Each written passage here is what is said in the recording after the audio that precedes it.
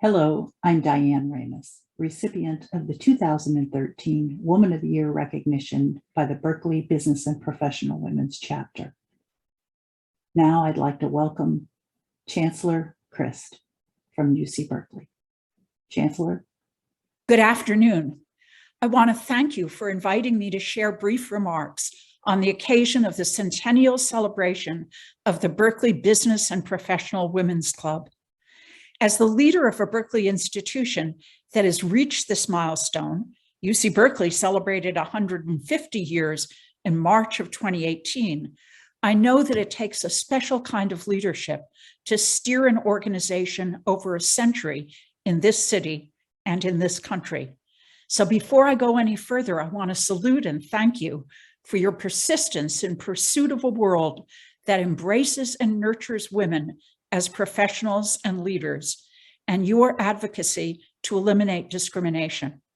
It's important to note that your efforts to end gender-based discrimination, especially the institutional policies and practices that have been established, have benefited other marginalized groups and our society as a whole. A good example of this is the work of your predecessors to secure the adoption of the Convention on the Elimination of All Forms of Discrimination Against Women by the United Nations General Assembly in 1979.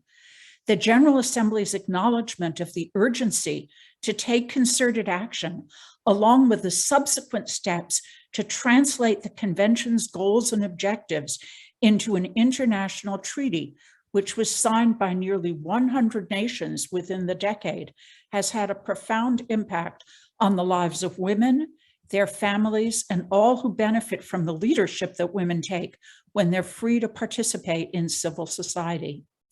Manjul Batra and member Diane Ramus asked me to focus my remarks on the synergies between the BPPWC and the steps we're taking at UC Berkeley to support women and harness their talent and energy. I'm sure you would not be surprised to know that although change has been incremental and that progress has been uneven throughout the institution, UC Berkeley has been a leader in this area. While it took more than 100 years before a woman was named as chancellor, me as the 11th chancellor in 2017, I'm proud of the leadership roles women, from students to faculty and staff, have undertaken from the earliest days of our history. Early on in my tenure, we launched a campus-wide commemoration to the contributions women have made to advance the university mission to provide California and the world with education, research, and public service that's aligned with our most urgent societal concerns. We launched the initiative on October 3rd, 2020, the 150th anniversary of the UC Regent's unanimous approval of a resolution to admit women to the university. The first women were admitted in 1870, and Rosa Scrivener became the first woman to graduate in 1874 with a bachelor's degree in agriculture. Since then, countless women have graduated from UC Berkeley. Staff, faculty, and community members have made invaluable contributions to the campus and the world beyond. We created a website that acts as a living archive of the contributions made by women and a hub to lift up and promote current leadership efforts. You can find the website at https://150w.berkeley.edu/.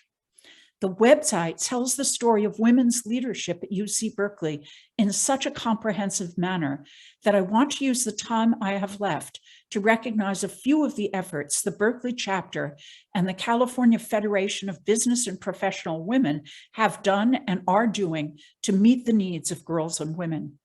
I want to focus on just 3 of your programs to underscore the importance and value of your work to shape policies, institutional practices, and the individual lives of girls and women in California and elsewhere. First, commissions. Thanks to your leadership to spur the creation of the commissions on the status of women locally and at the state level, like the UN Convention. These commissions have put a spotlight on the most urgent issues facing women and girls and have served as vehicles to harness public, private, and community leadership to tackle these issues. Second, pay equity. The California Federation's leadership on pay equity in the 1930s, 1940s, and 1960s, and the benefits to women and those who count on their salaries cannot be underestimated. Your advocacy on the minimum wage in California in the 1970s has benefited all workers. Finally, your recent support for SB 538, the California Fair Pay Law, which was passed into law and signed by Governor Brown on October 6, 2015, is making a difference in the lives of women every day. And third, education and scholarships.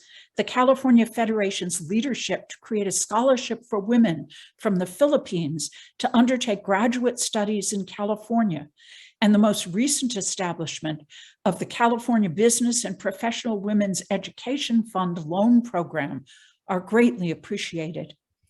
In closing, I want to share a few words about leadership strategies that have proved effective as we have taken on intractable societal challenges at UC Berkeley.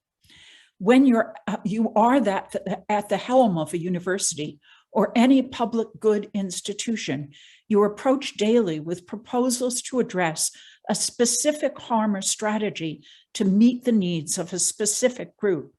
At UC Berkeley, we work really hard to lean into those issues, to invite input to help us understand the impacts and the institutional policies and practices that can make a difference, and to empower members of the impacted groups and leaders in every corner of the university to join in the solutions.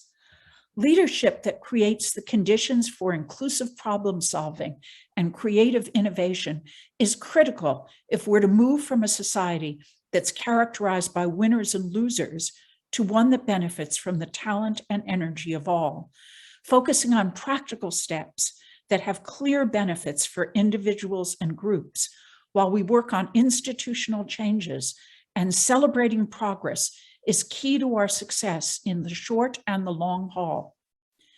When I consider the formidable challenges of making an impact on the intractable issues that the Berkeley chapter and broader BPPWC has tackled, it is clear that your leaders understand and are committed to building inclusive and deeply committed leadership that is in this for the long haul.